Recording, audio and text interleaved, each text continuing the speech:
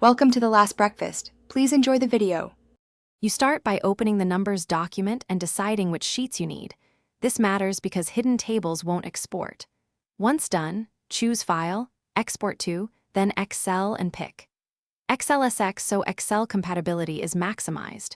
Make sure to enable table names and the single file option if you want one workbook. You're initiating the conversion now, so double-check date and currency formats in the export dialog to reduce later cleanup. Next, you'll handle the detailed export settings that affect how Excel reads data. Check date and currency formats and correct decimal separators so Excel doesn't misinterpret values.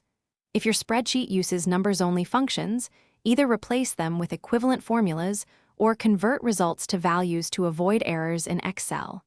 Then export and save the resulting XLSX file to a known folder. This keeps the file path simple for the next step when you open it in Excel.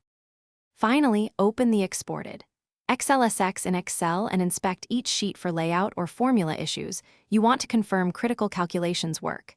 Make necessary fixes, replace unsupported functions, correct ranges, and tidy column widths and styles. Save a native Excel copy to preserve changes.